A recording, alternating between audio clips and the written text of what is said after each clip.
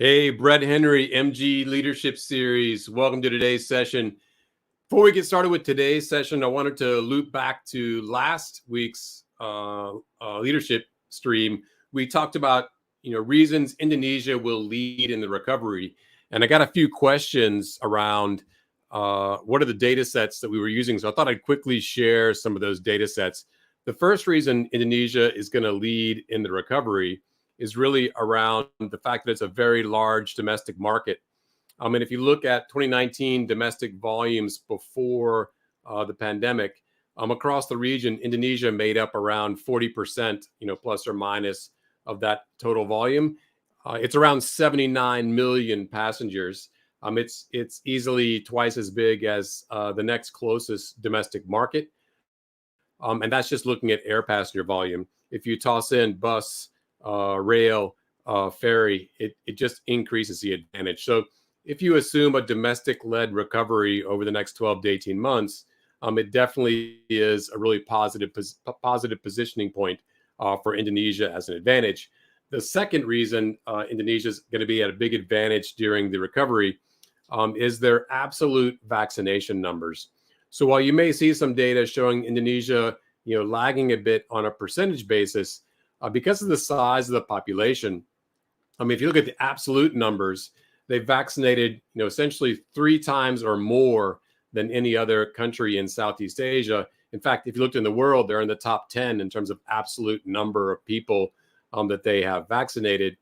And this is essentially like qualified travelers. So more and more, we're seeing shopping malls, airlines, hotels require travelers be vaccinated. So it's kind of the ticket to fly or the ticket to travel. So we have already 55 and growing million travelers vaccinated in Indonesia, and that number is just going to increase. So that's the second reason why Indonesia is going to have a really big advantage in the early recovery. So for today's Leadership Series session, really excited to welcome an industry leader. We recently announced a partnership with Shiji, and I'm really happy to welcome to the show today Anson Lau. He is the managing director of Shiji Distribution Systems. Anson, welcome to the show. Hello, Brett. How are you doing? Hey, I'm doing great, man. How are you today? Where are you? Very well. I'm at home. I'm in Shanghai, and thank you for having me. That's great. It's great. Shiji is a leader in the global hospitality space, no doubt.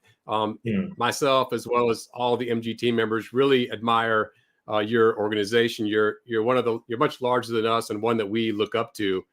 And I know you guys are working really hard, consistently to drive value for your customers. It's kind of one of our purposes is to kind of help our customers grow and win.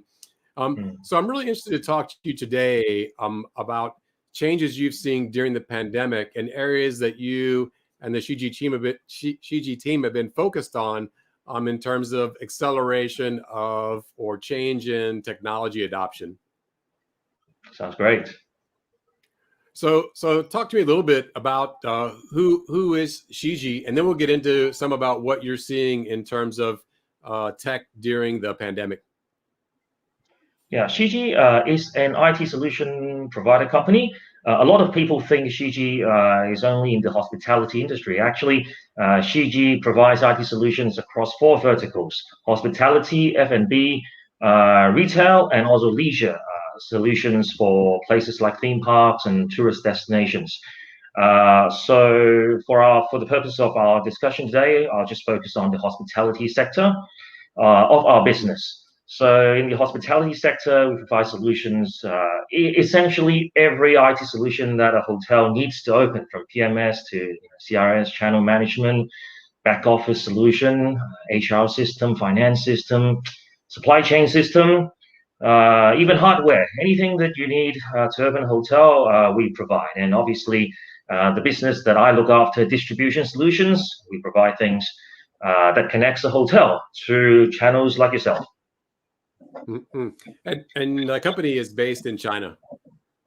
It is headquartered in China. It's founded in China. It now has offices around 18, 20 countries around the world. Great, great. Mm. Definitely global. Yeah, so Yes. let's get into today's topic. China is definitely a super interesting topic for all of our listeners. It's the number one inbound travel market for every market in Southeast Asia, if not number one or two. So I'm really interested to start off kind of with your insights, just right there at home. What have you seen in terms of changes, in terms of hotels' approach to technology, operations, distribution during this period? Yeah. I think we can talk about this at two levels, at one level at the property level and maybe also at the corporate office level. Probably a lot of our listeners, probably already aware that China, especially in terms of consumer technology, has been innovating at a very, very fast pace in the past few years. So I think it has started before the pandemic, but the pandemic has really brought out two new business drivers to technology innovation. On the consumer side, the property level, managing costs, and also now people's concern about or people's preference sometimes to use touchless. So we see a lot of acceleration in these two areas of development in the last 18 months.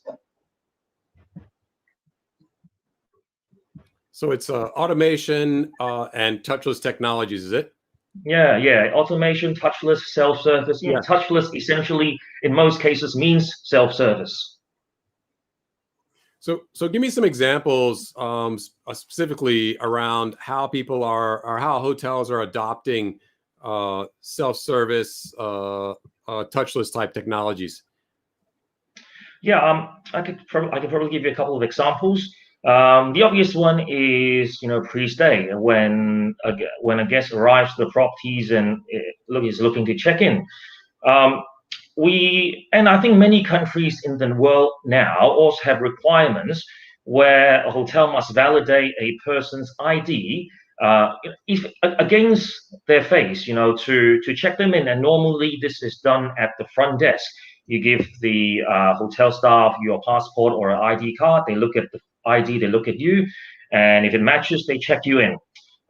In China, the hotel is also required to upload a copy of the ID to a system called the PSB, or the Public Security Bureau system. So that's a lot of manual work. Typically, you give them the ID, they look at you. At the time of check-in, they actually have to upload at the time of check-in. They can do it later. No, at the time of check-in. Wow. I do think it's fairly common in Southeast Asia to have to show an ID, of course. Yeah. And typically the registration would photocopy your passport or ID. I'm not aware of anyone doing uploading to any kind of central database. That's interesting. And that sounds incredibly time consuming. It is very time consuming. You scan it, you upload it. You then have to enter the details into various systems. So one of the things that has been coming along rapidly is check-in kiosk. Check-in kiosk where you can scan your ID using. I mean, facial recognition is now almost commodity around the world nowadays. So scan the ID, look at the picture in the ID. Take a picture of you in person, physically in the hotel, validate your picture against your ID. At the same time, as a result of the pandemic, they also take a temperature reading of you, and include that as a piece of information. If everything matches, then it can spit out a key card and check you in. So I mean, this is one of the automation, touchless technology that many hotels are adopting before the hotel guest checks in. And is that scan also completing the upload to the government? Yes. Around the yes. And how about vaccination? We're starting to see here in Southeast Asia, particularly Indonesia, I know has already announced, and a couple of the countries in discussion around requiring you prove you're vaccinated to stay in a hotel. Are you seeing this requirement in the Chinese market? We are. I mean, I was recently it is summer holiday still here right now. A couple of weeks ago, I was on holiday with my family, and because there was a mini outbreak in China, suddenly we were required to provide a 48 hours valid COVID test results upon every check-in. So yeah, it is very, very common. And I haven't seen any automation around it at this stage, but what is happening now and rapidly improving is the public health system here. So when I go to a hospital and get a COVID test, my result shows up on my phone usually within 4 to 5 hours in a government app. So I'm sure at some point in the future, these data will be integrated with my ID, and then when I check in, as long as I prove my identity, my COVID test results or other health results will be available and validated against without somebody needing to read your COVID test result, that piece of paper. Yeah, or your vaccination status as well, right? Yeah, or your vaccination status. Vaccination status is also available in a mobile app, a government mobile app. So if a citizen is vaccinated, they can show people their vaccination status, when they did it, when they did their first shot, when they did their second shot, or in an app. That sounds like Big Brotherish, maybe because I'm It is. American, It is. you know. But it also sounds like incredibly efficient. So the pain of having to manually do all those things, carry around cards, etc., versus a facial scan and I'm checked in with a key card, the benefits may outweigh the concerns when it comes to kind of practical implementation. Can you are you seeing requests for this type of tech from areas outside of China? I know in Macau there's a lot of interest outside of mainland China. I know in Macau there's a lot of interest in these technology. I mean, they serve a lot of mainland Chinese tourists who are used and comfortable with these technology. Outside of China and Macau, I don't know, because probably like you or like a lot of our audience, I haven't left my country since COVID. So in addition to being more efficient,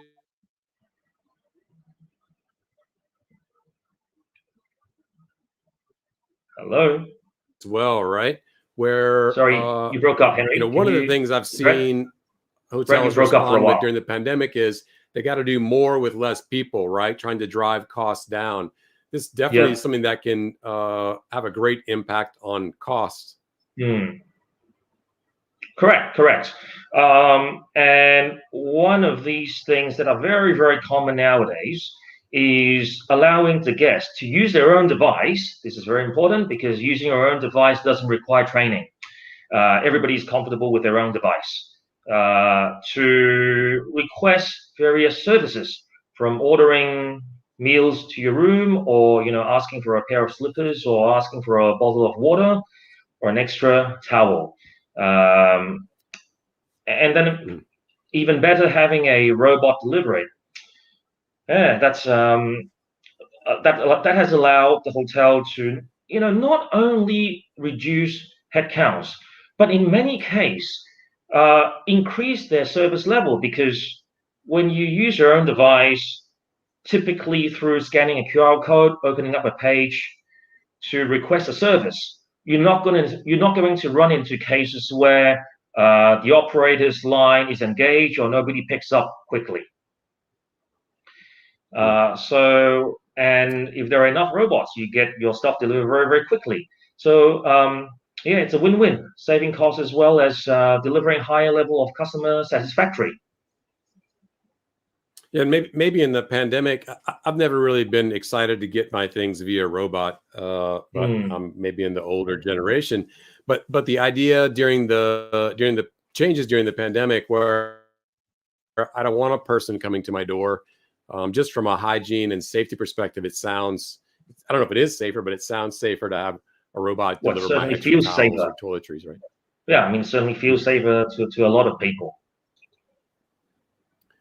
So So I wonder if these changes around check-in technologies are permanent, where people maybe opt and prefer robotics or opt and prefer Mm. some type of automated check-in, or is it Mm-hmm. everyone will people kind of go back when the pandemic, if it actually slowly kind of fades into the background, which is not looking like it's ever going to.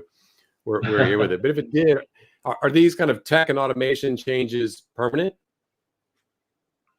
Um, I think they are here to stay. I think as these tech improve, they not only first of all, this generation of I guess the younger generation of consumers are very comfortable with these type of technology. Uh, you know, people our age may still naturally walk towards a counter with a staff behind it. Maybe the next generation, the current generation, next generation will probably naturally walk towards a kiosk. That's one thing. And when done properly, these technology do enable the guests to finish up to complete certain routines quicker than they previously were able to. And also, I think being able to confirm the identity, the health status of your guests. Sure, there's a lot of people going to debate. There's going to be a lot of debate over privacy, liberty issues.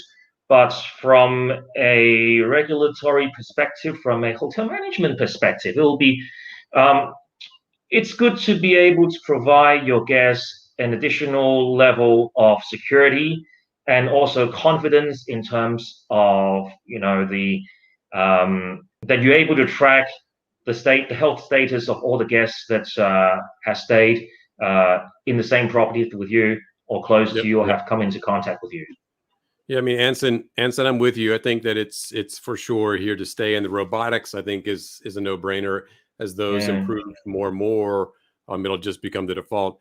And I think the idea of some type of automated check-in, facial recognition, sounds Mm. great to me. Will get adopted outside of the Chinese market. Um, I just can't imagine. I mean, I know the Indonesian government's already talking about the vaccination requirement Yeah. that hotels will have to verify for check-in, Mm-hmm. and people showing up with paper handwritten cards just doesn't feel Mm-hmm. like it's a very secure approach, nor is it a very Yeah. efficient approach. So I can No. definitely see both for the travelers as well as for the properties. It's such a improved customer experience and such an improved level of productivity.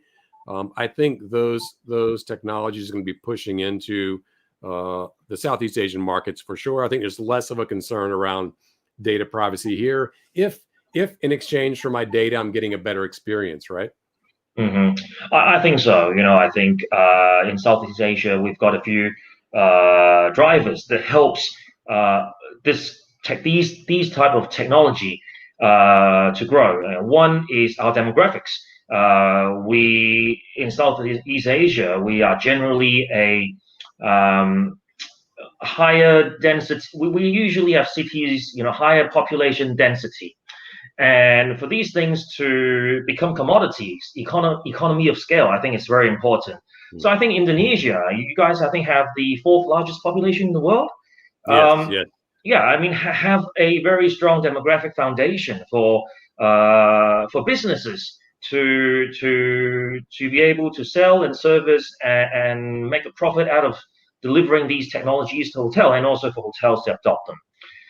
Regulatory and all these aside, interestingly, I saw some data from C-Trip that where hotels who adopt, you know, robots and things like that, their ratings improve. Their guest review score improve. And then when your guest review score improve in any OTA, not just C-Trip, you will be able to command a higher room rate. You get more bookings at a higher rate. So even from a just pure business point of view, from the hotel's perspective, there's probably financial reasons to adopt some of these technologies. I definitely think these are two opportunity areas for all hotels across Southeast Asia, and being ahead of the game and making the check-in and document verification process efficient for travelers is definitely going to be a differentiator. Waiting in a long queue for people to copy and verify my documents is not going to be a great experience. So automation is definitely one category. Let's talk about the second category that you're seeing in terms of, acceleration of technology adoption or application. Sure, I think we're seeing a lot of well, in the past 2 or 3 years, we see a lot more hotel chains primarily looking to leverage more value out of their data, being able to make decisions out of their data. The term digital transformation, it has been thrown around for 10 years, 20 years across many industry now. Hospitality is a people-oriented industry. It is, not the most technologically advanced, and correctly so. I think, in many cases, we are a human-to-human, high-touch industry.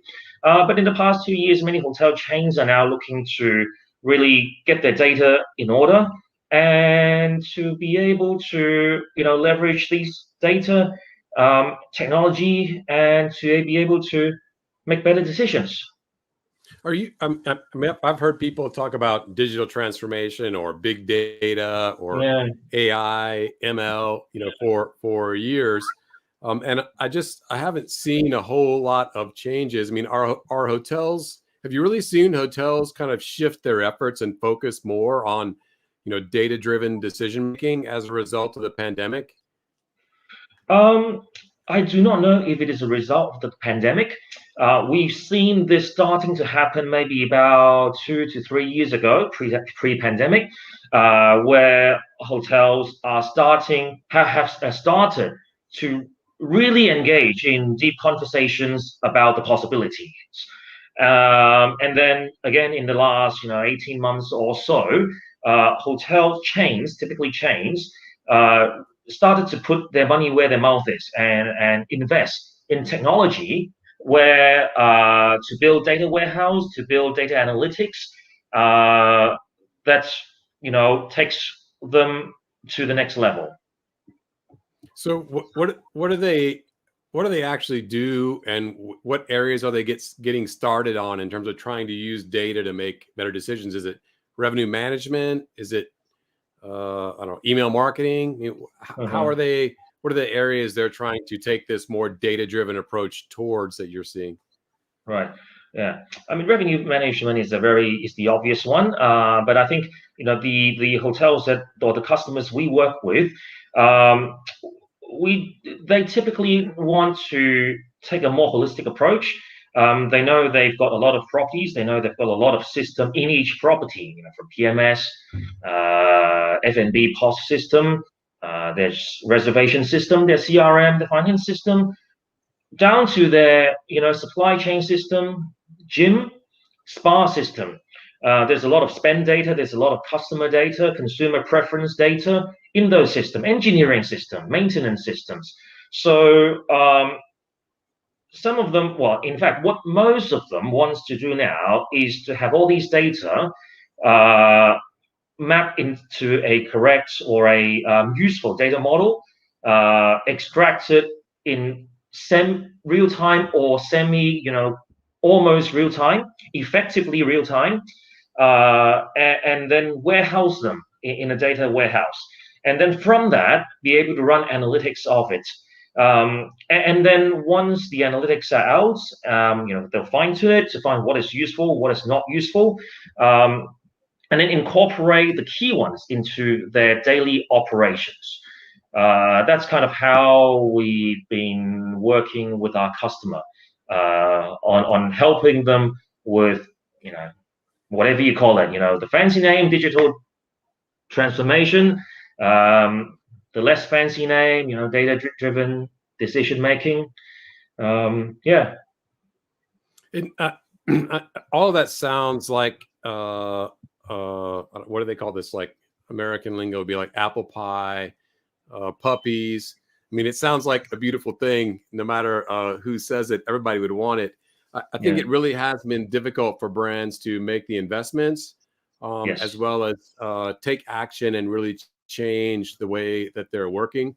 When I talk to most folks in the distribution or revenue management side of the business and ask, more pragmatic questions like what data do you store, where do you store it, and then how do people consume it? How do people consume it? The answers just aren't reassuring. So I think there's still a lot of upside in this category, and it's great to see that you're seeing an increase of that. The reason you think it's happening at the brand level, is it just because the complexity and the expense involved? I think that's part of it, and I think at the brand level, there's greater return on investment because you're doing this for a large number of properties, and also when you do this for a large number of properties, things shows up where it wouldn't if you do it for a small number of property. I mean, I'll give you a couple of examples. When some of our customers aggregate their supply chain data, and nothing to do with distribution, just their purchasing data, where they buy their spaghetti, where they buy their butter, where they buy their toilet rolls, what spec, what price, from who, from which supplier, etc. Right? When you start to aggregate these key spend items, suddenly, and make it transparent to the brand as well as to all the properties, then suddenly procurement cost goes down because somebody will realize that, hey, I'm buying the same stuff from the same supplier at 20% more than my sister hotel is. And they've been doing this for the last 5 years without realizing. At the corporate level, they'll suddenly be able to see that, hey, if we all use the same brand of spaghetti, I'm just making this up as an example, and get it from one supplier, perhaps I can negotiate a master contract where everybody wins.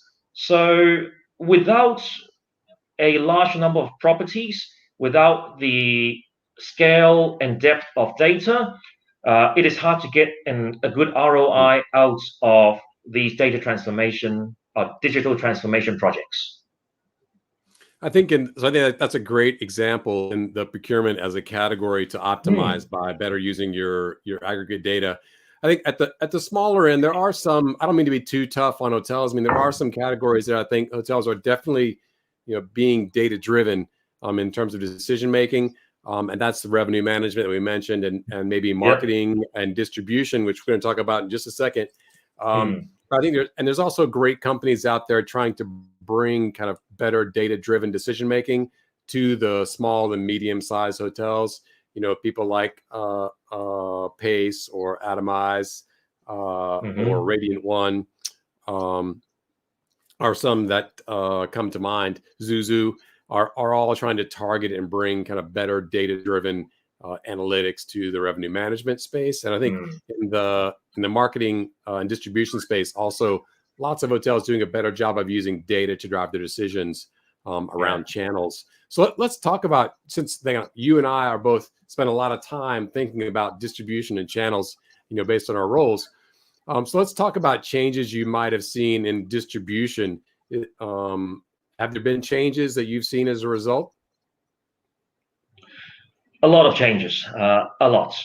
And I would imagine there's a lot of changes in Indonesia as well. But I'll talk about what's happening in my geographic region. I think the biggest change is initially coming out of the pandemic. The biggest change is how hotels market their products.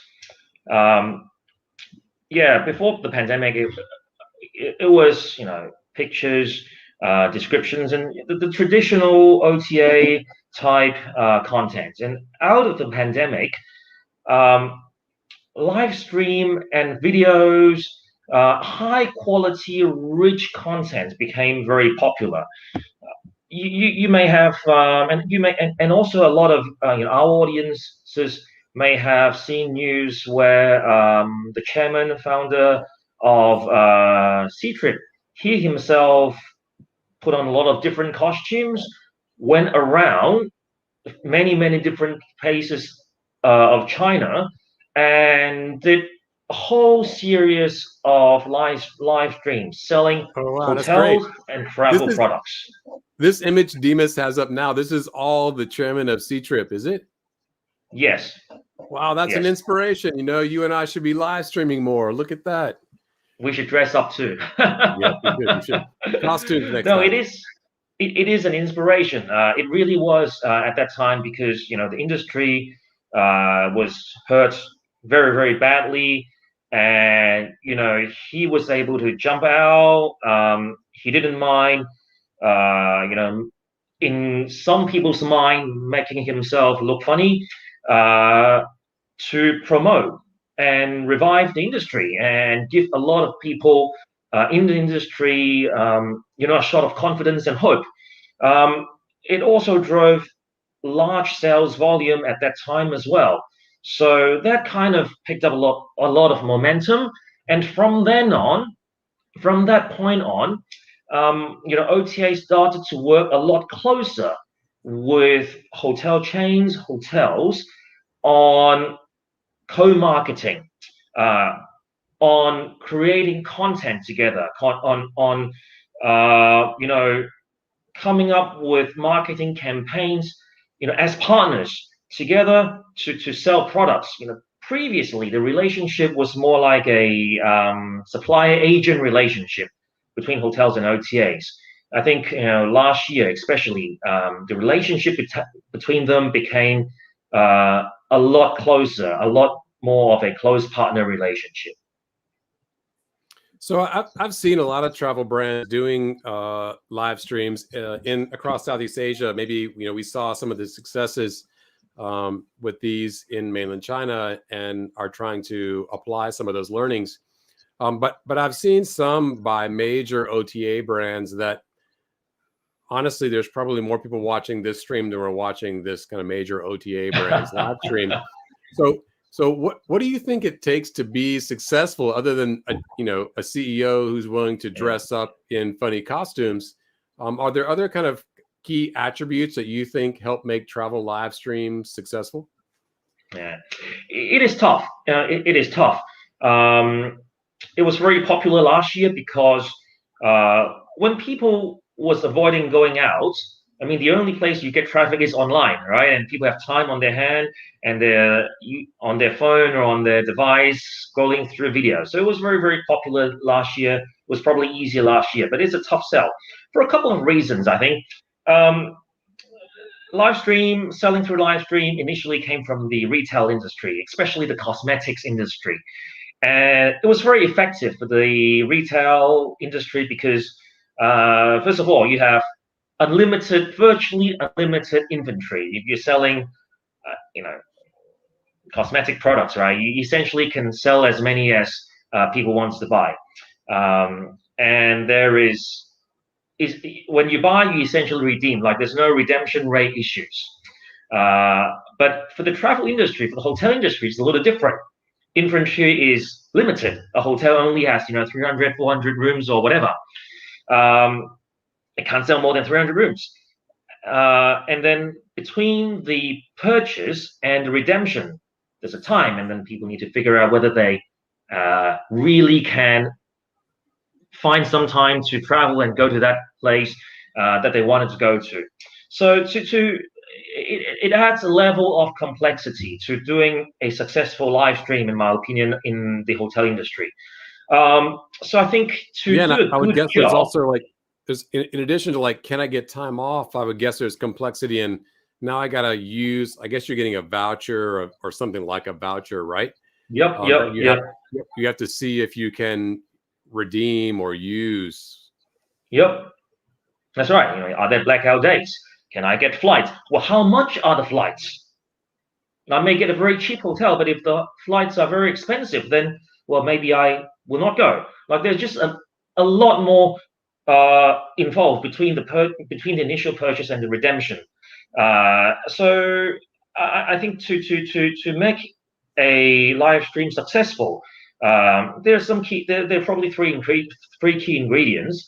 You have to have traffic, and that comes to having somebody, or a combination of somebody who is very popular, and also a large platform like a Ctrip or an Alibaba, etc. Then you've got good products. You need to have good products that people actually want to buy, and you have to have sufficient inventory. And I think that's why live streams are successful when it is not when it sells products, when the theme is perhaps a region, a whole stretch of beach or an island where there are 20 hotels, and the live stream can sell all the products in that region, then you will be able to attract a larger set of audience. You have products for different people with different preferences, and you have sufficient inventory to sell. I really like this idea of kind of destination, or within a destination, some small place, so Bali, or within Bali, maybe, That's right. That's right. Nusa Dua specific live stream, maybe, because when we talk about you need to have large audience, it seems like this gives OTAs a big advantage, right? And traditional travel agencies, medium, small, even large offline players may be a disadvantage. But perhaps this idea of gathering together and doing a destination specific live stream could provide opportunities to be able to get that kind of audience size up, even for a group of traditional, more traditional offline travel agencies. So I think that's a really great point. Speaking of OTAs, so OTAs definitely look like, they're probably it's easier channel for them to develop in terms of live streaming. We've definitely seen OTAs gain power across Southeast Asia during the recovery. And I think, the primary reasons are two. One is everybody's spending more time online. You can't go in person to your local travel agency. And number two, they tended to already be really focused on domestic travel, and a lot of the international travel still remained with the traditional travel agencies. But we've really seen a domestic-led recovery across the region. And so these two areas have really provided great advantages for OTAs in this market. And I've seen them increasing their influence, and hotels kind of struggling with managing that. Is that something that you've seen as well? Yes, that's absolutely something we've seen as well. Last year the hotels and OTA got really close together out of necessity. And I think as the industry, China hotels are back on their feet now. It's not actually 100%, but things are reasonably okay. A lot of them are now thinking about how they can rebalance their distribution.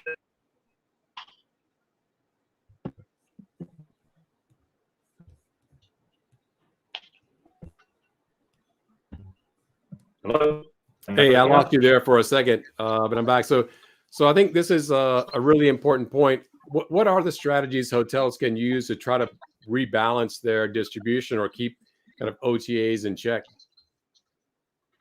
Some hotels here are beginning to engage directly a lot more with their customers, with their guests, or with their potential guests through social media channels. I'm sure you've heard of WeChat. I'm sure you've heard of TikTok as well.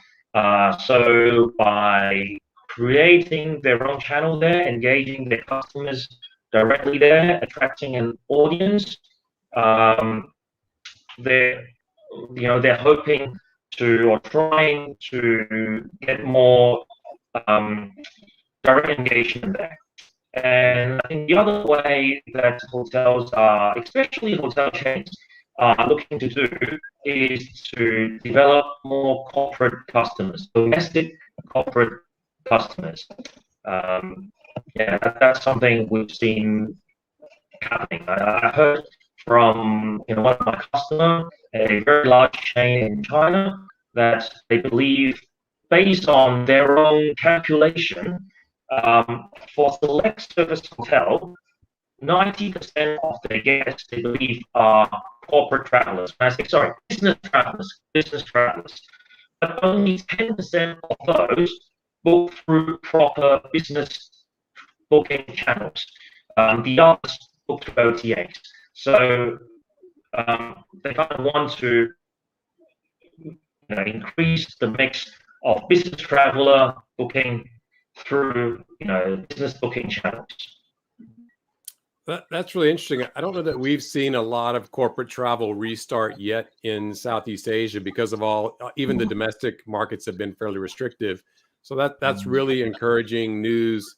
I'm looking forward to, and when many of our agency customers are really looking forward to the restart of corporate travel. Hey, so Anson, that's a great summary across 3 areas that you've really seen moving during this pandemic.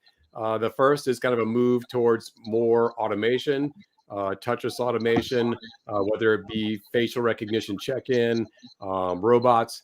We talked some about data-driven decision-making and progress hotels are making in that space. And last, we talked about some changes around kind of market influence, and in particularly live streaming and the increase in kind of influence OTAs are having for the market overall.